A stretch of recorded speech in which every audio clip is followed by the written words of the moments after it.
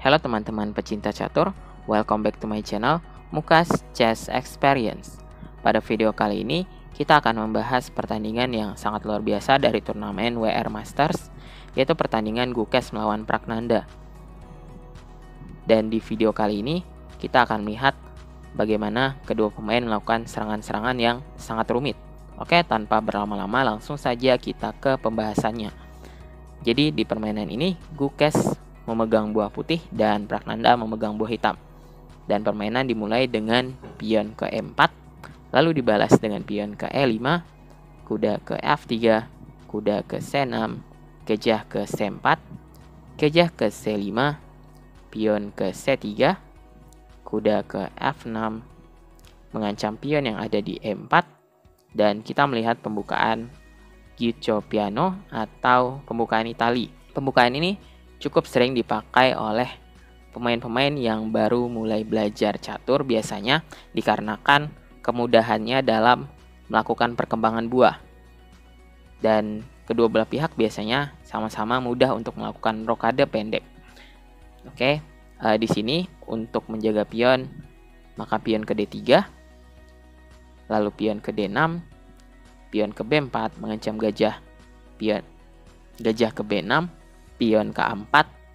Di posisi ini putih mengancam untuk mendapatkan gajah dengan pion ke A5. Oleh karena itu Pragnanda menjalankan pion ke A5 untuk mencegah ancaman putih. Pion ke B5 mengancam kuda ke E7. Hitam akan memanuver kuda ke petak yang lebih baik, yaitu petak G6, rokade, kuda ke G6, kuda B ke D2, rokade pendek, gajah ke B3 untuk meletakkan kuda ke petak C4 di sini.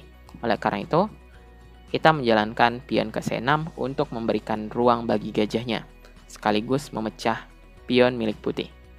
Kuda ke C4, dan tentu saja gajah ke C7, gajah ke G5 mengepin menteri, pion ke D5, gajah kali F6, menteri kali F6, pion kali pion, dan hitam memilih untuk tidak memakan balik pion putih tetapi melakukan pin terhadap menteri. Dan di sini jika putih menjalankan pion D kali C6, maka ada langkah pion ke E4, dan setelah D kali E4, benteng A ke D8, menteri ke E2, kuda ke F4, dan buah putih akan terkena serangan total dari hitam. Oke, oleh karena itu di permainan jalankan langkah kuda ke E3 untuk mengancam gajah yang ada di H5. Gajah ke H5, pion D kali C6, pion makan pion, dan pion ke E4 dengan tujuan untuk membuka diagonal bagi gajah yang ada di C7 untuk menambah daya serang hitam terhadap raja yang ada di sayap. Untuk menambah daya serang hitam terhadap raja milik putih, dilanjutkan dengan pion makan pion, lalu kuda ke H4 mengepin kuda yang ada di F3, kuda ke D5, menteri ke H6, dan di sini putih tidak bisa memakan gajah yang ada di C7 karena ada langkah gajah kali F3. Dan jika di sini putih memakan gajah, maka menteri ke G5 diikuti dengan menteri ke G2, skakmat. Oleh karena itu, di permainan Gukes menjalankan benteng ke E1, gajah kali H2, skak. Jika raja memakan gajah, maka kuda kali F3, dan akan diikuti dengan gajah kali F3, dan menteri putih akan terkena di sini. Oleh karena itu, di permainan Gukes menjalankan langkah raja ke F1, tidak memakan gajah, lalu benteng ke C7, menteri ke D3, gajah kali F3, dan menteri kali C6 di sini. Lalu pion ke F4, menteri ke H6, pion ke F5. Kukes tidak peduli dengan ancaman dari hitam dan terus memajukan pion miliknya. Benteng ke B7, benteng ke B1, benteng F ke B8, gajah ke C2, menteri ke G5, benteng kali B7, benteng kali B7, dan pion ke E5. Dan di posisi ini sebenarnya hitam seharusnya menjalankan langkah menteri ke G2. Dan posisi ini akan mengarah ke posisi yang lebih baik. Setelah G6, pion ke F6 dengan ancaman kuda E7 dengan menteri ke G4, F3, menteri ke G2,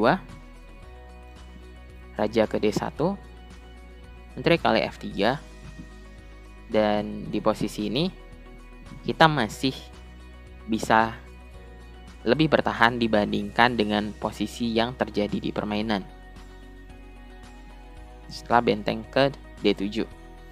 Oke. Posisi hitam akan lebih baik dibandingkan dengan di permainan. Sedangkan yang terjadi di permainan adalah benteng ke B2. Dan saya akan memberikan waktu bagi teman-teman untuk menebak apa yang dijalankan oleh Gukes di sini, yang merupakan satu-satunya langkah terbaik di posisi ini. Dan selamat bagi teman-teman yang menemukan langkahnya. Langkah terbaik di posisi ini adalah kuda ke E7. Dimana jika hitam tidak memakan kuda, maka menteri ke D8 skakmat.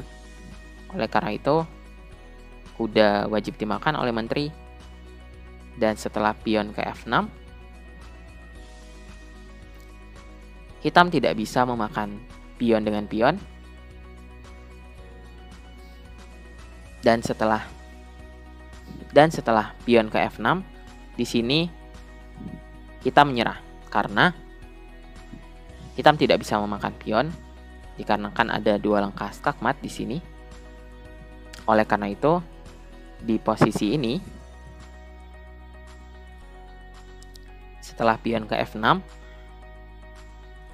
hitam harus merelakan menterinya dimakan oleh putih. Dan tentu saja akan sangat menguntungkan bagi putih untuk memenangkan permainan ini. Oke, baiklah teman-teman.